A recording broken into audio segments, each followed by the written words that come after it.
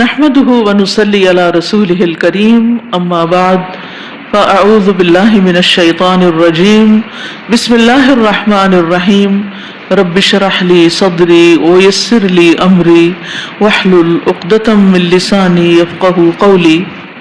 اللہ سبحانہ تعالیٰ کا اپنے بندوں پر بہت بڑا فضل ہے کہ اس نے بندوں کے لیے فرما برداریوں کے موسم بنائے ہیں کہ وہ ان میں کثرت سے نیک اعمال کریں اور ان کاموں میں ایک دوسرے سے آگے بڑھیں جو ان کو ان کے رب کے قریب کرتے ہیں۔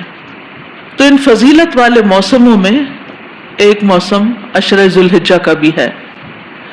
یہ وہ دن ہیں جن کے بارے میں رسول اللہ صلی اللہ علیہ وسلم نے گواہی دی کہ یہ دنیا کے بہترین دن ہیں، بلکہ اللہ تعالیٰ نے ان دنوں کی قسم کھائی ہے، والفجر ولیال عشر، قسم ہے فجر کی اور قسم ہے 10 راتوں کی۔ تو علماء یہ کہتے ہیں کہ ان 10 راتوں سے مراد عشرہ ذوالحجہ ہے، اور اللہ سبحانہ تعالیٰ کا ان دنوں کی یا راتوں کی قسم کھانا ہی ان دنوں کے شرف اور فضیلت کے لیے کافی ہے۔ تو بندے سے کیا مطلوب ہے، ہم سے کیا مطلوب ہے؟ ہم سے یہ بات مطلوب ہے کہ ہم ان دنوں میں عام دنوں سے زیادہ عبادت کریں، اللہ تعالیٰ کی طرف رغبت کریں، نیک اعمال کی خوب کثرت کریں اور اچھے طریقے سے ان دنوں کا استقبال کریں اور ان سے فائدہ اٹھائیں۔ تو ہم عشرہ ذوالحجہ کا استقبال کس طرح کر سکتے ہیں؟ نمبر 1، سچی توبہ کر کے۔ سب سے پہلے کرنے کا کام کیا ہے؟ توبہ۔ توبہ کرنا ایسا ہی ہے جیسے کسی کپڑے کو میل کچیل سے پاک صاف کرنا۔ جب کوئی کپڑا صاف ہو جاتا ہے تو ہی اس کا اصل رنگ نکھرتا ہے، تبھی اس کے اوپر جو بیل بوٹے ہوتے ہیں یا اس کے اوپر اگر کوئی رنگ کرنا ہو، کوئی پینٹ کرنا ہو، کوئی اس کو کلر کرنا ہو تو وہ صحیح طور پر نظر آتا ہے۔ تو ان دنوں کا استقبال سچی توبہ کے ساتھ، اور توبہ کیا ہے؟ اللہ تعالیٰ کی طرف رجوع کرنا، اور توبہ میں بندے کی دنیا اور آخرت کی بھلائی ہے۔ قرآن مجید میں اللہ تعالیٰ فرماتے ہیں وَتُوبُوا إِلَى اللَّهِ جَمِيعًا أَيُّهَا الْمُؤْمِنُونَ لَعَلَّكُمْ تُفْلِحُونَ، تم سب کے سب اے مومنو اللہ کے حضور توبہ کرو تاکہ تم فلاح پا سکو۔ دوسری بات یہ ہے کہ ان دنوں کو غنیمت جاننا ہے۔ جیسے آپ کے پاس بہت سارا مال آ رہا ہے، وقت جو ہے وہ تو مال سے بھی زیادہ قیمتی ہے۔ آپ سمجھے کہ ڈھیروں ڈھیر مال آ رہا ہے، اب آپ نے پلاننگ کرنی ہے کہ اس مال کو کس طرح فائدہ مند جگہوں پر استعمال کیا جائے، بالکل اسی طرح کہ اپنے آئندہ 10 دنوں کے اوقات کو کہاں پر استعمال کیا جائے، کہ اس میں کیا کیا مزید کروں گی جو آج کل نہیں کر رہی۔ یعنی وہ اگلے 10 دن آپ کے ان دنوں سے مختلف ہونے چاہیے، زیادہ بہتر ہونے چاہیے۔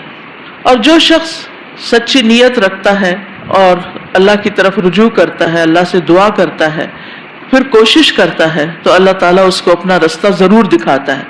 وَالَّذِينَ جَاهَدُوا فِينَا لَنَهْدِيَنَّهُمْ سُبُلَنَا، جو لوگ ہمارے راستے میں سخت محنت کرتے ہیں ہم یقیناً انہیں اپنا رستہ دکھاتے ہیں، یعنی انہیں اللہ کی طرف آنے کا رستہ مل جاتا ہے۔ وَإِنَّ اللَّهَ لَمَعَ الْمُحْسِنِينَ، اور بے شک اللہ محسنین کے ساتھ ہوتا ہے۔ تیسری چیز یہ کہ جہاں ہم نے ان دنوں میں نیک اعمال کرنے ہیں وہاں گناہوں سے دوری اختیار کرنی ہے، یعنی خاص کوشش کے ساتھ گناہوں سے بچنا ہے، کیونکہ فرما برداری اللہ کا قرب عطا کرتی ہے اور گناہ اللہ سے دور کر دیتے ہیں، اور خاص طور پر اللہ کی رحمت سے دوری ہو جاتی ہے۔ تو انسان یقینی طور پر اپنے گناہوں کی وجہ سے ہی اللہ کی رحمت سے دور ہوتا ہے۔ تو اگر ہم چاہتے ہیں کہ اللہ کی رحمت ہم سے قریب ہو، اللہ تعالیٰ کا ہم پر فضل ہو، تو پھر ہمیں نیکیاں کرنے کے علاوہ گناہوں سے بچنا بھی ہے۔ تو جو شخص یہ جان لیتا ہے کہ اسے کیا کرنا ہے اور کیا نہیں کرنا، تو وہ پھر اس کے لیے آسان ہو جاتا ہے۔ تو اہم بات یہی ہے کہ ہم نے ان دنوں سے بھرپور فائدہ اٹھانا ہے اور ان کو گنوانا نہیں۔ ہمیں نہیں معلوم کہ اگلے سال یہ دن ہماری زندگی میں آتے ہیں یا نہیں آتے، تو ہم اللہ تعالیٰ سے دعا کرتے ہیں کہ اللہ تعالیٰ ہمیں ان دنوں سے بھرپور فائدہ اٹھانے کی توفیق عطا فرمائے۔ اس عشرے کی فضیلت کیوں ہے؟ کیونکہ اس میں ایک خاص دن ہے جس میں سب سے زیادہ انسانوں کے گناہ معاف ہوتے ہیں، اور وہ ہے عرفہ کا دن، جس دن حج ہوتا ہے، جس دن اس دین کی تکمیل ہوئی تھی۔ حضرت عمر بن خطاب کہتے ہیں کہ ایک یہودی نے ان سے کہا کہ اے امیر المومنین، تمہاری کتاب میں ایک آیت ہے جسے تم پڑھتے ہو، اگر وہ ہم یہودیوں پر نازل ہوتی تو ہم اس دن کو عید کا دن بنا لیتے۔ آپ نے پوچھا وہ کون سی آیت ہے؟ اس نے جواب دیا یہ المائدہ کی آیت ہے، الیوم اکملت لکم دینکم واتممت علیکم نعمتی ورضیت لکم الاسلام دینا۔ عمر رضی اللہ عنہ نے فرمایا ہم اس دن اور اس مقام کو خوب جانتے ہیں جب یہ آیت رسول اللہ صلی اللہ علیہ وسلم پر نازل ہوئی، اس وقت آپ عرفات میں جمعہ کے دن کھڑے تھے۔ تو عرفات کا دن جو ہے یہ معافی کا دن ہے، حج کا دن ہے، اور اس دن ہمارے دین کی تکمیل ہوئی تھی۔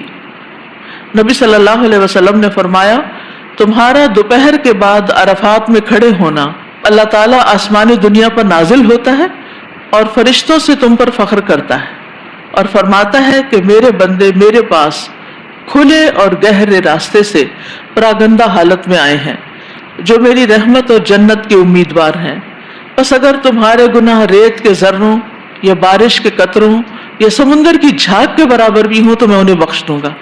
میرے بندوں لوٹ جاؤ، تم بخشے بخشائے ہو، اور ان کی بھی مغفرت ہے جن کی تم نے سفارش کی۔ اب آپ دیکھیے کہ عشرہ ذوالحجہ میں صرف 9 تاریخ کا روزہ نہیں، اگر آپ 9 تاریخ تک سارے روزے رکھے 9 دن تو بہت ہی اچھا ہے۔ مثلا اگر قضا روزے کوئی رہتے ہیں آپ کے تو وہ اس عشرے میں رکھ سکتے ہیں، لیکن 9 تاریخ کا روزہ قضا کی نیت سے نہیں رکھنا، وہ 9 تاریخ کی نیت سے ہی رکھنا ہے۔ عرفہ کے دن کا روزہ بخشش کے لیے رکھنا ہے۔ پھر ان دنوں کی فضیلت اس لیے بھی ہے کہ ان دنوں میں یوم النحر ہے، 10واں دن جو ہے وہ کون سا؟ قربانی کا دن، یوم النحر۔ رسول اللہ صلی اللہ علیہ وسلم نے فرمایا اللہ کے نزدیک سب سے افضل دن یوم النحر اور اس کے بعد یوم القر یعنی 11 ذی الحجہ ہے۔ یعنی 11 ذی الحجہ اس طرح افضل نہیں جس طرح 10ویں تاریخ ہے۔ ابراہیم علیہ السلام کی سنت پر عمل کرتے ہوئے ہمیں اس دن کیا کرنا چاہیے؟ قربانی کرنی چاہیے، اور جو قربانی کرنے والا ہو وہ اپنے ناخن بال وغیرہ نہ کاٹے، یعنی فرسٹ ذی الحجہ سے لے کے قربانی کرنے تک کیا نہیں کرنا؟ بال نہیں کاٹنے، ناخن نہیں کاٹنے، بال نوچنے بھی نہیں۔ کنگھی وغیرہ میں ٹوٹ جائے تو اور بات ہے، کوئی بات نہیں، اس سے منع نہیں۔ تو ایک طرح سے ہم احرام والوں کی پابندیوں میں کسی حد تک شریک ہو جاتے ہیں، لیکن اگر آپ خود قربانی نہیں کر رہے تو پھر آپ پر یہ پابندیاں نہیں ہیں۔ یہ پابندیاں کس پر ہیں؟ قربانی والے پر ہیں۔ چوتھی چیز یہ ہے کہ یہ دن بذات خود فضیلت والے دن ہیں۔ صحیح ترغیب و ترہیب کی روایت ہے، رسول اللہ صلی اللہ علیہ وسلم نے فرمایا دنیا کے دنوں میں افضل ترین دن 10 دن یعنی عشرہ ذوالحجہ ہیں۔ دنیا کے دنوں میں افضل ترین دن کون سے ہیں؟ عشرہ ذوالحجہ کے دن ہیں۔ ان دنوں میں کیا گیا کوئی بھی نیک عمل اللہ تعالیٰ کو سب سے زیادہ پسند ہے۔ ابن عباس سے روایت ہے کہ رسول اللہ صلی اللہ علیہ وسلم نے فرمایا اللہ تعالیٰ کو کوئی نیک عمل کسی دن میں اس قدر پسندیدہ نہیں جتنا کہ ان دنوں میں پسندیدہ اور محبوب ہوتا ہے، یعنی عشرہ ذوالحجہ۔ تو اس سے کیا پتہ چلتا ہے کہ عشرہ ذوالحجہ میں ہمیں کیا کرنا چاہیے؟ اس کے دنوں میں نیک عمل زیادہ کرنے چاہیے۔ راتوں میں سے افضل راتیں کون سی ہیں؟ طاق راتیں، آخری عشرہ رمضان کا، وہ راتیں افضل ہیں، ان میں راتوں کی عبادت زیادہ کرنی چاہیے، اور یہ دن افضل ہیں تو اس میں روزے رکھنے چاہیے۔ تو رسول اللہ صلی اللہ علیہ وسلم نے فرمایا اللہ تعالیٰ کو کوئی نیک عمل کسی دن اس قدر پسندیدہ نہیں جتنا کہ ان دنوں میں پسندیدہ اور محبوب ہوتا ہے، یعنی عشرہ ذوالحجہ۔ صحابہ نے کہا اللہ کے رسول کیا جہاد فی سبیل اللہ بھی نہیں؟ آپ نے فرمایا نہیں، جہاد فی سبیل اللہ بھی نہیں، مگر جو کوئی شخص اپنی جان اور مال لے کر نکلا ہو پھر کچھ واپس نہ لایا ہو، یعنی شہید ہو جائے اور اس کا گھوڑا بھی شہید ہو جائے اور سب کچھ اس کا ختم ہو جائے تو اس کا عمل بہرحال افضل ہے، لیکن باقی کوئی عمل اتنا افضل نہیں۔ تو پھر کیا کریں عشرہ ذوالحجہ میں؟ دن کے اوقات کو کس طرح گزاریں؟ پہلی بات تو ہم نے کی کہ ہم روزہ رکھیں، تو سارا دن ہی عبادت میں گزرے گا۔ دوسرا یہ ہے کہ ذکر اذکار، نبی صلی اللہ علیہ وسلم نے فرمایا، مسند احمد کی روایت ہے، کوئی دن اللہ کے ہاں ان 10 دنوں سے زیادہ عظمت والا نہیں، اور نہ ہی کسی دن کا عمل اللہ تعالیٰ کو ان 10 دنوں کے عمل سے زیادہ محبوب ہے، پس تم ان 10 دنوں میں کثرت سے تحلیل، تکبیر اور تحمید کرو، یعنی لا الہ الا اللہ، اللہ اکبر، الحمدللہ۔ جابر بن عبداللہ کہتے ہیں میں نے رسول اللہ صلی اللہ علیہ وسلم کو فرماتے ہوئے سنا افضل ذکر لا الہ الا اللہ ہے۔ اسی طرح اللہ تعالیٰ کا چنا ہوا کلام ہے سبحان اللہ و بحمدہ، اور اسی طرح ایک اور جگہ پر فرمایا کہ افضل الکلام سبحان اللہ والحمد للہ ولا الہ الا اللہ واللہ اکبر۔ تو تو آپ کیا کر سکتے ہیں، یہ تسبیح کثرت سے پڑھیں، تو انشاءاللہ اگر آپ یہ کلمہ پڑھ لیتے ہیں تو ساری چیزیں کور ہو جاتی ہیں۔ اور ویسے بھی جو شخص عام روٹین میں بھی 100 دفعہ یہ کلمہ پڑھتا ہے تو اس کا اس دن کا عمل سب سے زیادہ افضل ہوتا ہے، الا یہ کہ کوئی اور بھی یہ کلمہ 100 دفعہ پڑھے۔